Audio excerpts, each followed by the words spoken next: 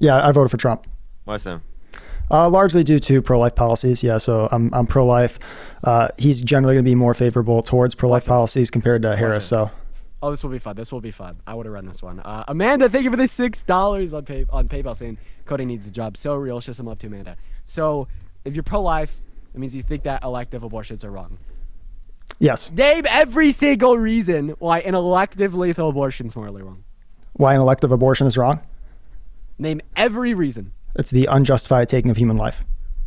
Phenomenal. Okay. And when you say that it's the unjust termination of human life, and that's wrong, what you are entailing would be a rights violation.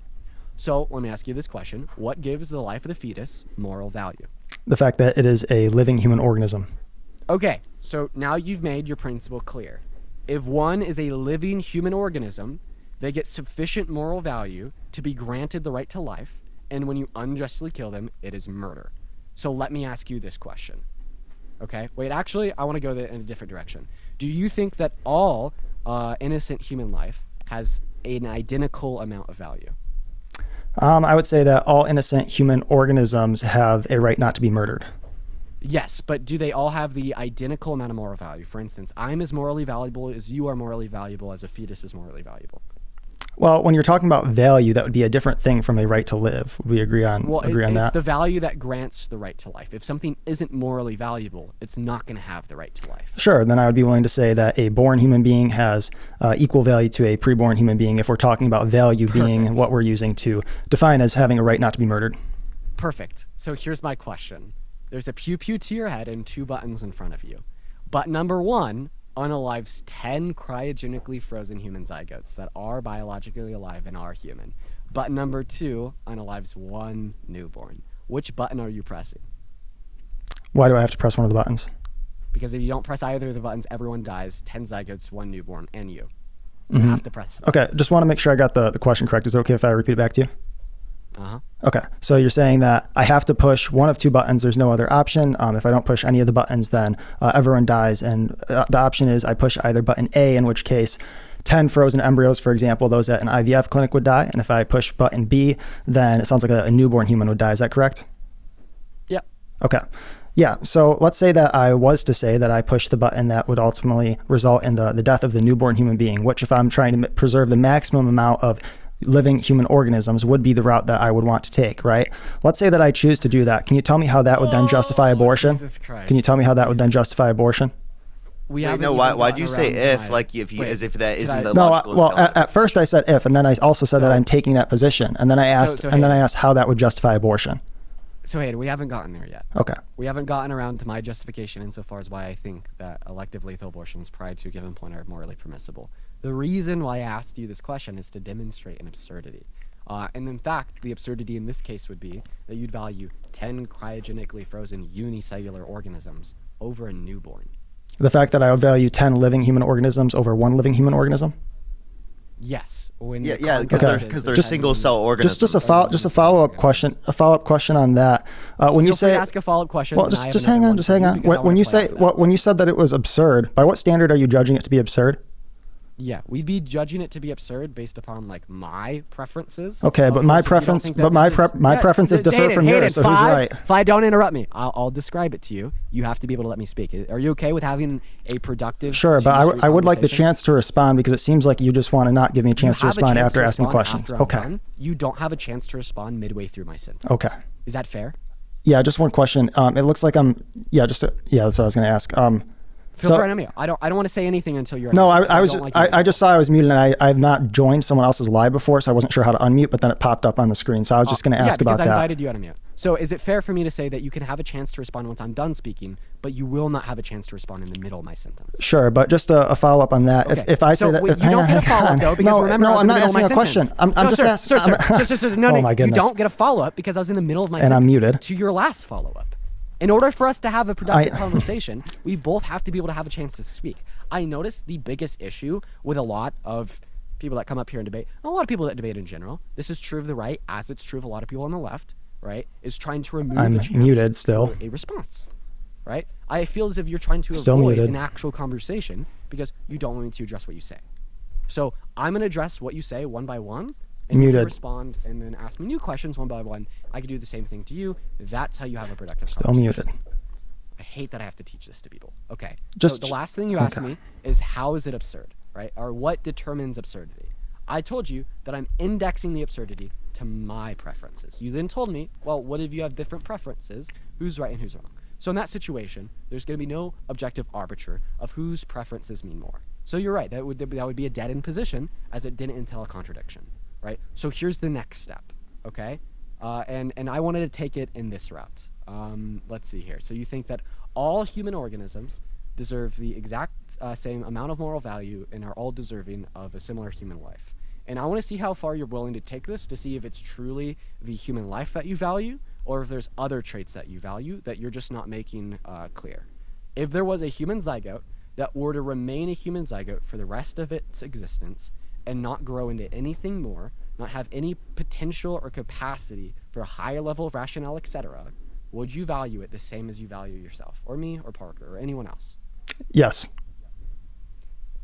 Okay. Now please tell me why you should value a unicellular organism that will remain a unicellular organism insofar as determining that it's murder as long as it's a part of our species. Meanwhile, you don't think you're doing anything wrong when you brush your teeth and kill 400 trillion life forms that are of a similar size, standard, and growth potential as that unicellular organism. Sure. So when I brush my teeth, I'm not killing any living human organisms. And if you reject the standard that all living human organisms are equally valuable and equally have a right not to be murdered, then I would argue you end up with some repugnant consequences. Now, the problem with your line of questioning here is that you still haven't established an absolute standard of rationality by which you're going to judge my answers or yours outside of your personal preference. And if your personal preference is the only standard you're judging my answers by, then all I have to do is judge your answers by my personal preference, and there is no ultimate arbiter, is there?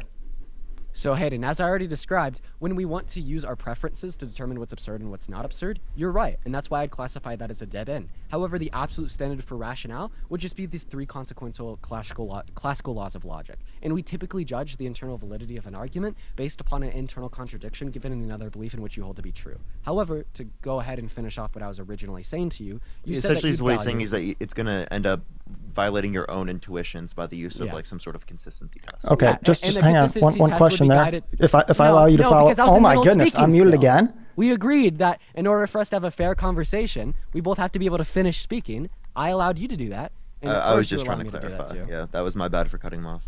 Oh no, you're good, Parker. I think he Still hopped in muted. after that and took it as a way to respond. So, anyways, to go back to what I was saying, so you told me that you would value a unicellular organism that had no growth potential and would remain a unicellular organism for the rest of its existence as long as it's a part of our species. So tell me why similar genome, in the sense of the structure of our DNA, or I guess similar enough for biologists to classify as a part of your same species, is morally valuable. I find that to be insane, and I'd ask you for your reasons why. So just to clarify the question again, so the reasoning why I would value a living human organism at the zygote stage, so the one-celled stage, versus other forms of one-cellular life. That is the only stage it will exist in ever. Yes, and you're asking me to compare that to the value of something that is also one cell but doesn't have unique human DNA, so something like a horse at the zygote stage or something like that? Actually, no. The question that I'm asking you is why is DNA that is sufficiently similar to yourself to be categorized as a Homo sapien sapien grant moral value? Because it's made in the image of God. There we go. Okay, So and then all relates do I have a to chance to Christianity. examine your position yet? Or, Almost. There's one more thing that I bet Parker would want to run on you as it relates to Christianity and your pro-choice position. I mean, you can run your thing on him. There's just one point I would want to bring up with. okay, fantastic. We'll leave it up to you. I've been asking things of you. You get to choose, Hayden. Yeah, I've been waiting a while. And just a quick clarification, when I was trying to ask a question, it actually wasn't going to be about your position. It was just going to be about the course of the conversation going forward. So I wasn't actually interrupting to try to sort of ask a question that would help my view. I was just trying to clarify sort of the terms of the future of the conversation. So I did just want to clarify that. But now that I do have a chance to examine your view, what would you consider makes a human being, actually any being, value? What would you consider gives a being a right not to be murdered by another human being?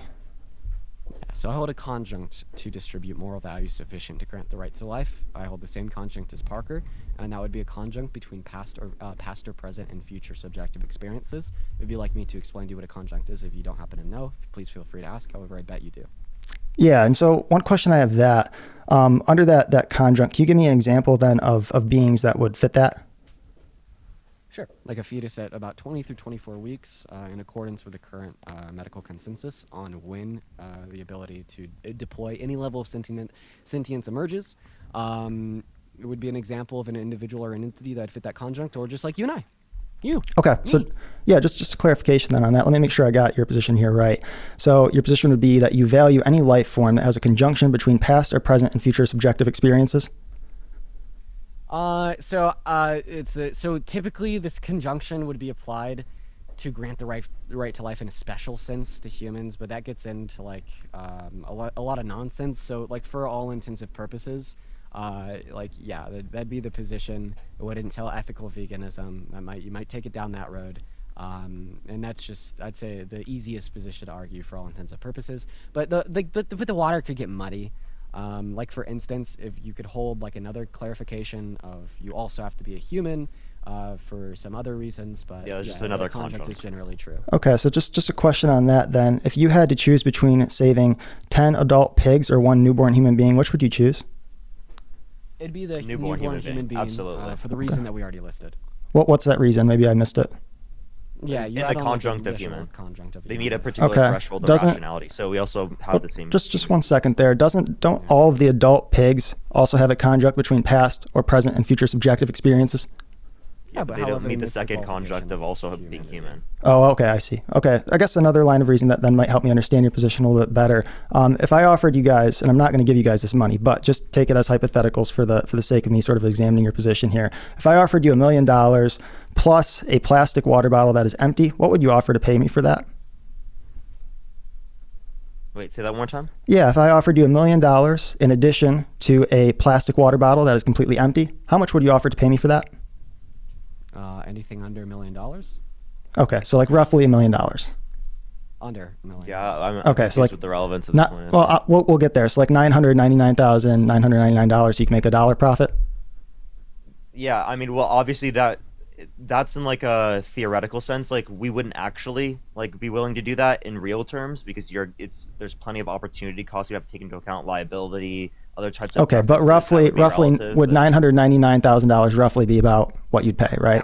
I'd offer to pay you No, anything no, that would like- inevitably. How about this? We just set this principle. I'd offer to pay you anything that would inevitably allow me to profit.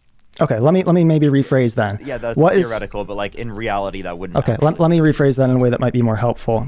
What is the value of $1 million plus an empty plastic water bottle, roughly? Like $1 million and like 3 cents. Okay, thank you. What is the value of a plastic water bottle and a crushed pop can? Like, I don't know, 6 cents maybe? Okay, and what is the value of $1 million plus a crushed pop can? Like, once again, $1 million and 3 Okay, cents. gotcha. So the reason that I brought that up is because it seems to me that when you say a human who has a conjunction between past or present and future subjective experiences has value enough to not be murdered, but every single other non-human animal that has that same conjunction, we can go ahead and kill for food, or we can go ahead and kill to help the environment or something like that, then it seems to me that the part that's providing all of the value in the union between the being and the conjunction of past or present and future subjective experiences is the human part, isn't it? No, it'd be both of them together. Yeah. And That's what a conjunct is. yeah. No, but my question is, when we talk about other non-human animals Because if that it's also just have the human, I'll give you an conjunction, example. Can I give you an example? If Sure, there was a go for it. specific zygote, I wouldn't care about killing a zygote. You can kill 1 trillion zygotes and I wouldn't give a shit. If I Yeah. slap a zygote under your view, I should go to prison, right? And then, like, additionally, one other thing is, like, I'm pretty agnostic on ethical veganism. So, like, maybe it is wrong to kill pig or something along those lines. But Yeah, but like we would still say that like we would rather save 1 newborn baby over 10, right? Ethical. That's not an entailment but of ethical just- veganism. All right, and we can have our separate discussions on like veganism and stuff like that, and And- what and that then, would like, entail. But another having a re- difference in value between humans and non-humans isn't like an entailment of veganism. And then another perspective on why, like, I might save like a newborn baby over like a billion, well, not a billion pigs, maybe a billion pigs, who knows? Is that I'd care sufficiently much more about the second condition of the conjunct, that being their future capabilities, but it's going to be entirely predicated on past or present. well, just one question there. If Because it's of about, the if it's, predication of future abilities on past or present abilities, present that in a fetus, like in a fetus at 20 through 24 weeks, so a newborn baby, are going to be considerably more valuable than a pig. However, you still hold that axiomatic truth, that being that you could only make future considerations predicated on what has existed prior or what currently does. So let's try this then. So same scenario I mentioned earlier where you can either save those 10 pigs or the one newborn human, but you know that one newborn human has some sort of birth defect where they're actually guaranteed to die at about 2 years old. So you can't really appeal to them having a future conscious experience that exceeds that of a pig, since consciousness is more of a spectrum than a dividing line. It's something that increases over time, increases with development. Which would you choose then, knowing that that newborn human being isn't going to develop past age 2? It'll die at age 2. I don't see why this would be an entailment. We would still say the human. I'd still rather save the human. And doesn't that expose though that what's providing all the value is the humanity and not the conjunction? No. What's providing the value is those traits together. That's how a conjunction works. No, but what I'm pointing out though is when I take Both of those those same traits in conjunction, because I just explained to you, I wouldn't care if you killed an infinite level of human zygotes, right? They have that human, right, but they don't have the sentience. So you understand that you could say from both perspectives, right, that one's carrying the weight of the other one. Well, they're both carrying it together. That's how a conjunction works. But the sentience is pretty clearly not what's mattering here, is it? Well, I just explained specifically it's sentience plus the fact that they're human, right? And the human's doing all the work there. No, it's not. I just explained in the context of a human zygote. I don't care if you were to kill an infinite set of human zygotes. I think I would like to raise a point to demonstrate like how much sentience matters, and I think I could relay this point to you in a way that you might be able to agree. So let's just assume that the entirety of the species of humanity remains the same. However, right, humans evolved in such a way to not deploy any sentience. We were meat bags on the floor. In this alternative world, who would you rather save? 10 of the meat bag non-sentient humans, or 1 cow? So just one question here. If I assume that worldview, then Christianity would necessarily not be true. Do you recognize that, right? Well, Christianity is already you're assuming macroevolution, which would contradict the biblical account of Genesis. Okay, so in other words, wait, you think evolution contradicts Genesis? Believing that the Earth is millions of years old and that it wasn't created in 6 days is an obvious contradiction. So you'll get different numbers depending on how you go through the chronological order of events in the Bible, but I would say less than 25,000 years is what you'd probably have to answer if you believe in a literal Genesis. Wait, so you just you deny science completely and totally just because your biblical view says so? That's like actually insane. Hey Parker, 25,000 years? Is science based on the uniformity of nature?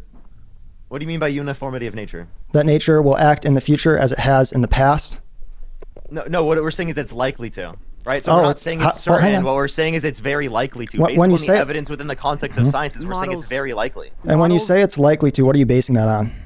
We're basing it on priors. On priors? So if I ask you how you know gravity will act tomorrow? It's on models. It's on models. If I ask you, okay, so again, just give me a chance to ask a question. If I ask you, how do you know gravity will act tomorrow as it has in the past, what would your answer be? Again, probability. But that begs the question. How does that beg? What begs what question? Because I didn't ask. Are you saying we require certainty in order to be able to establish true claims? Again, I'm just going to repeat the question, and I'll point out how it's begging the question fallacy. I'm trying to. When I say, how do you know gravity will act tomorrow as it has in the past? And then you say, well, it's likely to based on what's happened in the past. I'm not asking about what's happened in the past. I'm asking about what's going to happen in the future, aren't I? It's probability. And what are you basing that probability on? That's what probability What are you basing the probability on? Based upon what's occurred. So right? basing it on the past. It's occurred a repetitive level of times. Am I asking about the past or the future? Hayden, can I explain to you how this can justify a greater level of probability? Go for it. If you can identify that something happens over and over and over again on a repetitive basis, does that increase the probability that that is the cause of the action? Do you just Can I answer what Parker just asked? Let him answer quick, yeah. Okay, yeah. So if I was to go buy 1,000 red houses and you asked me what color is the next house going to be, and I say that it's red because that's what the houses have been in the past. Yeah, that would be most likely, yeah. Do I know? Really? What do you mean? No, Parker. It's most likely. Really?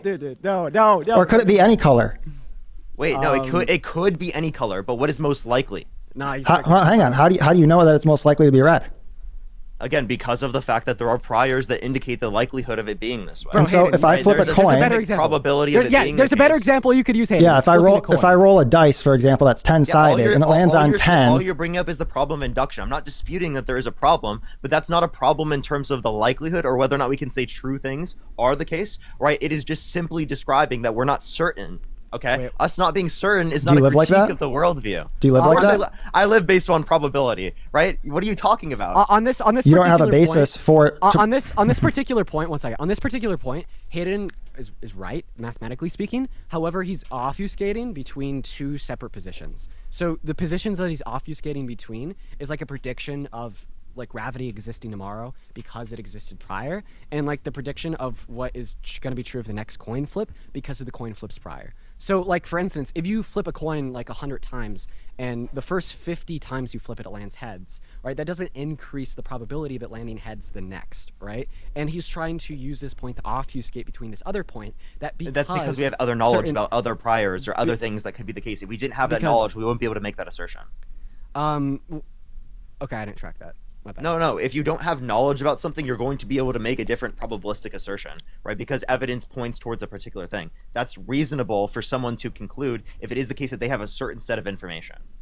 Hey, just one question. I know we're kind of getting over towards religion. I do want to be respectful of the prompt you have up. If you guys do want to take it back to the Trump will be terrible for a minute. Before we do it, I want to run one thing on you. Go for it. Do you think you should do as God does?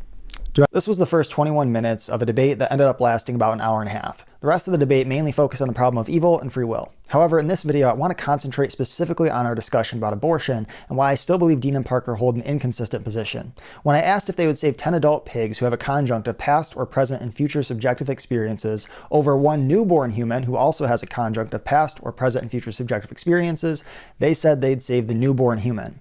This clearly indicates that what they are really valuing is humanity and not consciousness. A 25-week-old human fetus has significantly less consciousness than an adult pig, so their choice would only make sense if what they're valuing is the humanity of the newborn. Some of their supporters might argue that Dean and Parker don't value humanity itself since they're comfortable with someone intentionally destroying embryos in an IVF clinic without being charged with murder. However, this simply highlights the inconsistency in how they apply their values. I believe Dean and Parker would both agree with these two statements. Statement number 1. Any living human organism with a conjunct of past or present and future subjective experiences has moral value regardless of how long they will live naturally and what degree of consciousness they currently have or will have in the future. Implicit in this first statement is that the human being has at least reached the point of consciousness as described by the conjunct, which Dean and Parker would acknowledge occurs at about 24 weeks gestation. Statement number 2. Any living human organism with a conjunct of past or present and future subjective experiences has significantly more moral value than any non-human animal. In order to affirm both statements, there must be something that all humans with a conjunct of past or present and future subjective experiences have either to a greater degree than non-human animals or that non-human animals lack entirely. But Dean and Parker can't argue that born humans surpass animals in consciousness, since human consciousness doesn't typically exceed that of adult pigs until around age 3. Moreover, some humans never reach a higher level of consciousness than adult pigs due to brain injuries, genetic conditions, or fatal birth defects occurring before age 2. They might attempt to argue that humans have specific biological structures for consciousness developing around 24 weeks, structures that animals lack. This resembles an argument Destiny uses for his pro-choice stance. However, this argument also fails. It raises the question of why these biological structures matter. If the reason is consciousness itself, it runs into the earlier problem. Some animals have higher consciousness levels than some humans will ever achieve.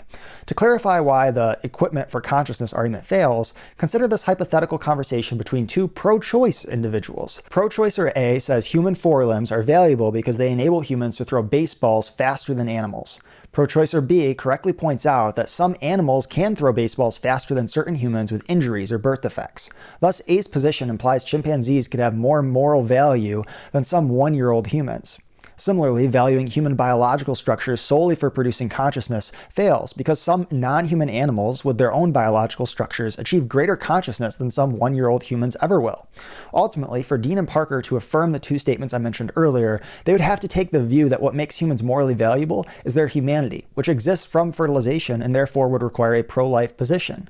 Some of you may still question if they would affirm both statements, but I think they implicitly acknowledge they would when I ask them this. So let's try this then. So same scenario scenario I mentioned earlier where you can either save those 10 pigs or the one newborn human, but you know that that one newborn human has some sort of birth defect where they're actually guaranteed to die at about 2 years old. So you can't really appeal to them having a future conscious experience that exceeds that of a pig, since consciousness is more of a spectrum than a dividing line. It's something that increases over time, increases with development. Which would you choose then, knowing that that newborn human being isn't going to develop past age 2? It'll die at age 2.